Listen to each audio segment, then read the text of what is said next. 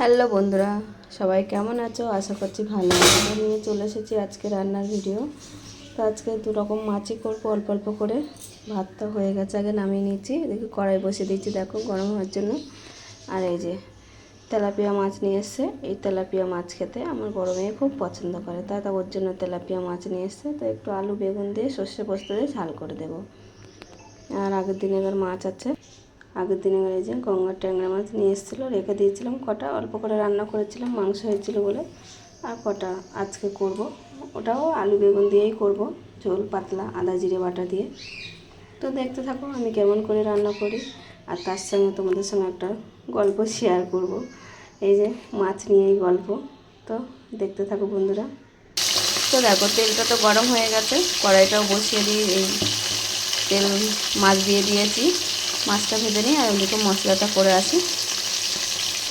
ঠিক আছে, এদিকে মাছটা ভাজার জন্য কড়াইতে তেল দিয়ে দিয়েছি, গরম হয়ে গেছে। একটু নুন হলুদ দিয়ে দিলাম, কারণ মাছটা খুব ফোটে, তাও ফুটবে, ঢাকা দিয়ে ভেজে নিতে হবে। আর এদিকে মাছ ভাজা এক পিস হয়ে গেছে, উল্টে দিলাম। তো মাছ নিয়ে যে ভিডিওটা করে বলছি শোনো। বিয়ের আগে, আজ থেকে 20 বছর আগে, তো আমার এরকম বর্ষার সময়তেই, বর্ষাটা খুব বর্ষার বৃষ্টি হয়েছিল খুব। আমাদের ওদিকে তো জলকার আছে, আর জলকারটা না বুড়ে গেছিলো। বুড়ে গেলে তাতে কত রকমের মাছ সবাই ধরেছে, সেখানে আমার বাবাও মাছটা ধরেছিল। এবার সেই সময় মাছ ধরে নিয়ে আসার পরে আমার মায়ের মাথার যন্ত্রণা ওঠে খুব। তো সেই মাছ মনে হয় আমি কেটেছিলাম, যত আমার অতটা মনে নেই। মাছটা কাটা দেওয়া হয়ে গেছিলো, কিন্তু মাছটা ভাজা করে রাখার পরে আর আমাদের বাড়িতে পুকুর ঢুকেছে। আর তখন তো গ্রামের বাড়ি, বেড়া দিয়ে, এখন সবার যেমন পাকা বাড়ি হয়ে গেছে, তখন তো গ্রামের বাড়ি, বেড়া দিয়ে ঘরের মধ্যে পুকুর ঢুকে গেছে। এইবার যখন পুকুরটা বেড়াচ্ছে, সবাই তো অবাক হয়ে যাচ্ছে, জানে যে এরকম মাছ নিয়ে এসছে ধরে। আমাকে সবাই জিজ্ঞাসা করছে, কিরে ঘরে তো পুকুর ঢুকেছে, মাছগুলো কি? কোথাও তো দেখলাম না তোদের ঘরে। অনেক লোক ঘরে ঢুকে গেছে, তখন আমি বাড়ি ছিলাম না।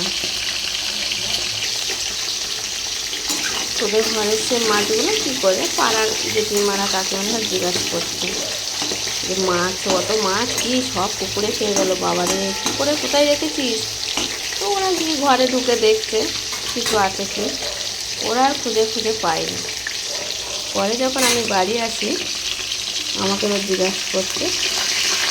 হ্যাঁ, পরে আমি তো রেখেছি আমার মতন গুছিয়ে।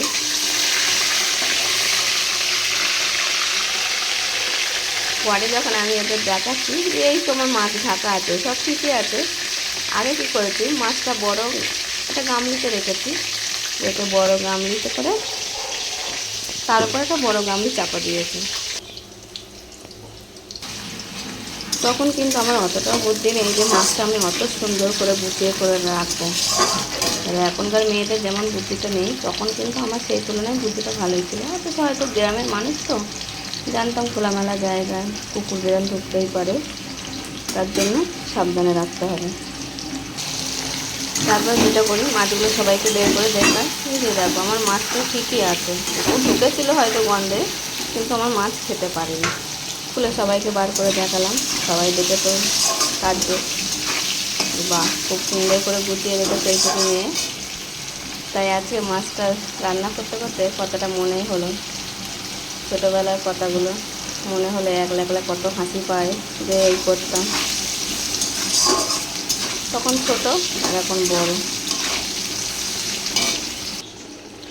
তো তরকারিতে ঝোল দিয়ে দিয়েছি, মাছটাও দিয়ে দিলাম, বেগুনটা দিলাম, ফুটিয়ে উঠিয়ে নামানোর আগে একটু কাঁচা সর্ষের তেল দেবো।